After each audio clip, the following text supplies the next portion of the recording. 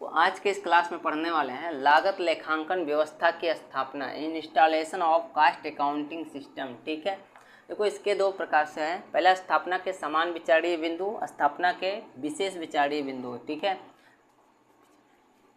ये हो जाएंगे। तो देखो फर्स्ट है स्थापना के समान विचारणीय बिंदु। पहला हो जाएगा उद्देश्य, क्या इसका उद्देश्य एक निश्चित दायरे तक सीमित है या उसका विस्तार संभव है। दूसरा हो जाएगा कार्य क्षेत्र। देखो कार्य क्षेत्र, जब उस उद्देश्य डिसाइड हो गया तो उसका कार्य क्षेत्र निश्चित करना चाहिए। ठीक है, उद्देश्य निश्चित होने के बाद उसका कार्य क्षेत्र देखना चाहिए और इसमें ये प्राथमिकता देखना चाहिए। ठीक है, इसमें ये देखना चाहिए कि किन किन कार्यों को प्राथमिकता देनी है और किन किन कार्यों को प्राथमिकता नहीं देनी है। उसके बाद तीसरा हो जाएगा व्यवसाय का संगठन। संगठन जो है, व्यवसाय का संगठन बहुत और यदि किसी भी संगठन को सफलता प्राप्त करनी है तो आवश्यक है, उसे यह आवश्यक होता है कि एक संगठित व्यवसाय हो और आवश्यकता पड़ने पर उसमें क्या हो, परिवर्तन किए जा सके। ठीक है, उसके बाद में आता चौथा स्थापना की अवधारणा का स्वागत। देखो स्थापना की अवधारणा का स्वागत, देखो चौथा हो जाएगा स्थापना की अवधारणा का स्वागत। तो इस प्रणाली की जो भी अवधारणा है इसमें कार्य करने वाले जो भी श्रमिक व स्टाफ उनके सामने प्रकट करना चाहिए, जिससे उसमें सकारात्मक छवि उत्पन्न हो और उनके बीच जो है, और ऐसा ना करने पर या अन्यथा जो है ऐसा ना करने पर अन्याय व विरोध की भावना उत्पन्न होती है। ठीक है, अन्यथा अन्याय व विरोध की भावना उत्पन्न होती है। तो पाँचवा हो जाएगा लागत अभिलेख व लागत पुस्तकें। के लिए आवश्यक है कि कुछ लागत अभिलेख व लागत पुस्तकें बनाया जाए। और 6 नंबर हो जाएगा आंकड़ों का संग्रह व तुरंत सूचना होना चाहिए। देखो जो भी आंकड़े हैं, लागत के जो भी आंकड़े होते हैं, आवश्यकता पड़ने पर प्रबंधकीय निर्णय लेने में क्या करते हैं, आधार का कार्य करते हैं। आधार का अर्थात बेस का कार्य करते हैं प्रबंधकीय निर्णय लेने में। ऐसा प्रणाली बनाया जाए जिससे इनका संग्रह किया जा सके और आवश्यकता पड़ने पर उसका तुरंत उपयोग किया जा सके। ठीक है, आवश्यकता पड़ने पर तुरंत उसका उपयोग किया जा सके।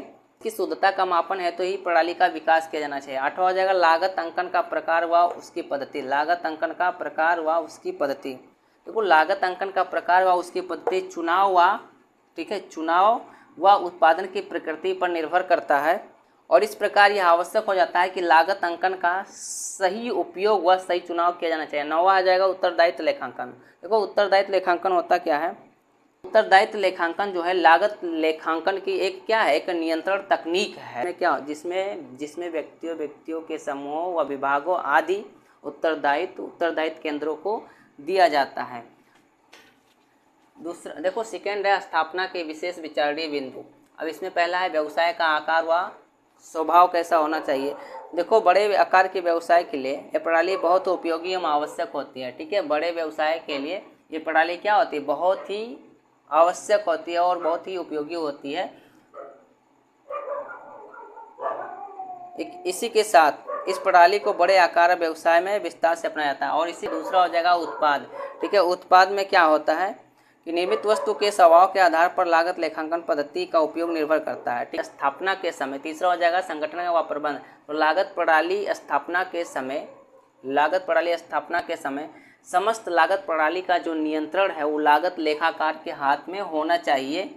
अतः प्रणाली के अनुरूप प्रबंध एवं संगठन में क्या हो, वांछनीय परिवर्तन किए जाने चाहिए। और चौथा हो जाएगा हमारा कार्यात्मक अध्ययन। तो लागत के आधार पर किसी भी कंपनी में 3 कार्यात्मक विभाग होते हैं। ठीक है, इसके कितने कार्यात्मक विभाग होते हैं, 3 कार्यात्मक विभाग होते हैं। ठीक है, 3 कार्यात्मक विभाग में पहला हो जाएगा क्या होता है, पहला हो जाएगा उत्पादन। ठीक है, इसमें आता पहला क्या, उत्पादन। 3 कार्यात्मक विभाग होते हैं, पहला हो जाएगा उत्पादन और दूसरा क्या हो जाएगा, दूसरा हो जाएगा प्रशासन। ठीक है, दूसरा हो जाएगा प्रशासन।